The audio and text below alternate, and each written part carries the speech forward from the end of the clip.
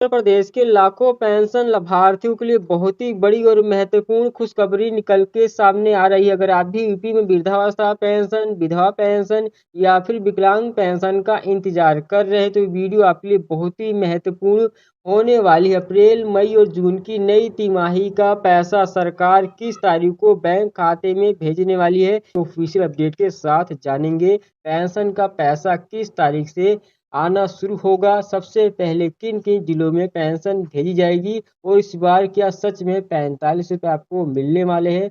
जिन लोगों की पुरानी पेंशन रुकी है क्या उनका पैसा जुड़कर इस पेंशन में मिलने वाला है, और सबसे जरूरी हो किन लोगों की पेंशन इस बार अटक सकती है। और आप लोग चैनल पर सब्सक्राइब कर लेना है और बेल आइकन को भी प्रेस कर लेना चाहिए। दोस्तों शुरू करते हैं। चलिए सबसे पहले हम बात करते हैं अप्रैल, मई और जून की पेंशन किस तारीख से खातों में आना शुरू होगी। समाज कल्याण विभाग, महिला कल्याण विभाग और दिव्यांग जनशक्ति विभाग से मिल रही जानकारी के अनुसार इस तिमाही के बजट को मंजूरी मिल चुकी है और डेटा फीडिंग का काम भी अंतिम चरण में है। हर बार की तरह सरकार जून के आखिरी हफ्ते से लेकर जुलाई के पहले और दूसरे हफ्ते के बीच में पैसा ट्रांसफर करना शुरू करती है। इस बार 28 जून से लेकर 15 जुलाई के बीच में सभी लाभार्थियों के खाते में पैसा भेजने का कार्य शुरू कर दिया जाएगा। यानी दोस्तों आप लोग को जो पेंशन का पैसा है 28 जून से लेकर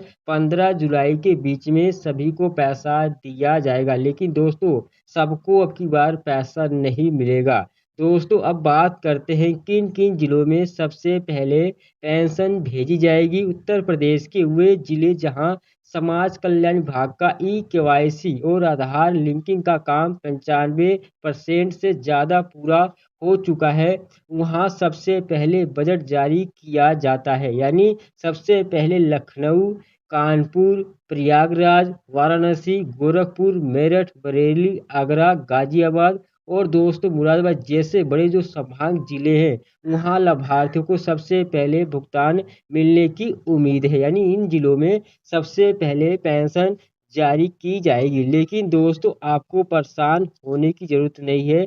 जैसे ही राज्य मुख्यालय से बटन दबाकर पैसा ट्रांसफर किया जाता है उसके 48 घंटे के भीतर यूपी के सभी 75 जिलों में चरणबद्ध तरीके से पेंशन का पैसा पहुंचना शुरू हो जाते हैं। दोस्तों यह पैसा आप लोग को 2 से 3 दिन के अंदर सभी 75 जिलों में भेज दिया जाता है। सबसे पहले बड़े जिलों में दिया जाएगा, उसके 48 यानी 2 से 3 दिन के अंदर ही और भी जिलों में पैसा पहुंच जाएगा।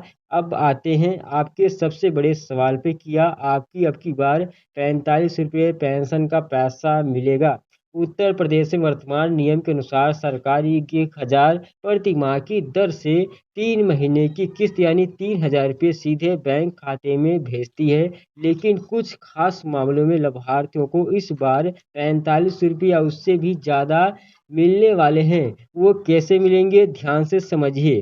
यानी जो पहला नियम है, जिन लाभार्थियों की पिछली तिमाही जनवरी, फरवरी, मार्च की पेंशन किसी तकनीकी कारण या वेरिफिकेशन की वजह से रुक गई थी और दोस्तों अब उनका वेरिफिकेशन सही हो गया है, उन्हें इस बार पुरानी रुकी हुई पेंशन यानी दोस्तों 3,000 और दोस्तों इस नई तिमाही की पेंशन 45 रुपये जोड़कर दिया जाएगा। ऐसे में उनके खातों में 45 रुपये या दोस्तों 7,500 रुपये तक की राशि एक साथ उनके खाते में भेजी जाएगी। दोस्तों जिन लोगों को जनवरी, फरवरी, मार्च का पैसा नहीं मिले था किसी वजह से, उनको दोस्तों की डबल पेंशन मिलेगी। यानी इस बार आप लोग को 7,500 रुपये आपके खाते में भेजा जाएगा। लेकिन दोस्तों ये किस शर्त पे भेजा जाएगा वो पैसा आपको बताऊंगा। और दोस्तों बात करते हैं रुकी हुई पेंशन और नए आवेदकों का क्या होगा। यानी इसका जवाब है कि हाँ बिल्कुल मिलेगा। समाज कल्याण विभाग का नियम है कि यदि बजट की कमी या दोस्तों आपके बैंक खाते में किसी भी स्थायी दिक्कत वजह से पिछली पेंशन रुकी थी तो दोस्तों एरियर यानी आपका जो बकाया के रूप में अगली किस्त के साथ में भेज दिया जाएगा। लेकिन इसके लिए शर्त यह है कि आपका खाता चालू होना चाहिए और आपकी KYC पूरी होनी चाहिए। नए आवेदकों को उनकी स्वीकृति तारीख के आधार पर इस बार पहली किस्त जारी कर दी जाएगी। दोस्तों बात करते हैं सावधान। किन लोगों की पेंशन अटक सकती है, महत्वपूर्ण बात है। यानी अब दोस्तों वीडियो को सबसे जरूरी हिस्से की बात आती है, यानी किन लोगों की पेंशन इस बार अटक सकती है, किन बातों को ध्यान में रखना जरूरी है। यानी दोस्तों यहाँ पर सरकार इस बार नियमों में बहुत सख्त कर दिया है। अगर आप नीचे बताई गई 3 गलतियों में से भी एक भी गलती सुधार या दोस्तों नहीं करते हैं तो आपकी पेंशन रोक दी जाएगी। यानी सबसे पहली जो आप लोग को करना होगा, आधार ई-केवाईसी, यानी ई-केवाईसी ना होना। सरकार ने बार बार कहा है कि बिना ई-केवाईसी के किसी भी लाभार्थी को पैसा नहीं भेजा जाएगा। अगर आपने अभी तक अपने पेंशन पोर्टल पे जाकर आधार वेरिफिकेशन नहीं कराया है तो आपकी पेंशन 100% अटक सकती है। दूसरा जो कार्य है, बैंक खाते में एनपीसीआई मैपिंग, आधार सीडिंग ना होना। अब दोस्तों सरकार सारा पैसा डीबीटी यानी डायरेक्ट बेनिफिट ट्रांसफर के माध्यम से भेजती है। इसका मतलब है कि पैसा आपके खाते में नंबर से नहीं बल्कि आपके आधार नंबर से भेजा जाता है।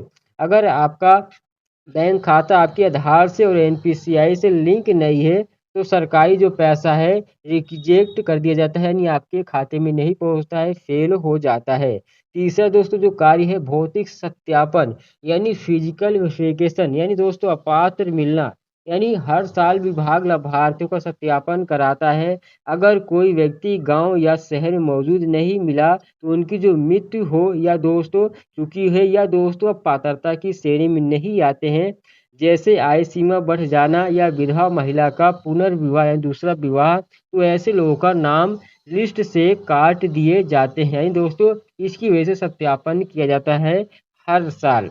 आपको क्या करना होगा, तुरंत अपने नज़दीकी जन सेवा केंद्र सीएससी पे जाएं, उत्तर प्रदेश के पेंशन पोर्टल पे जाकर अपना जो स्टेटस है चेक करें। वहाँ पर जो आपका अकाउंट है वैलिडेटेड है या दोस्तों आधार ऑथेंटिकेट दिख रहा है कि नहीं।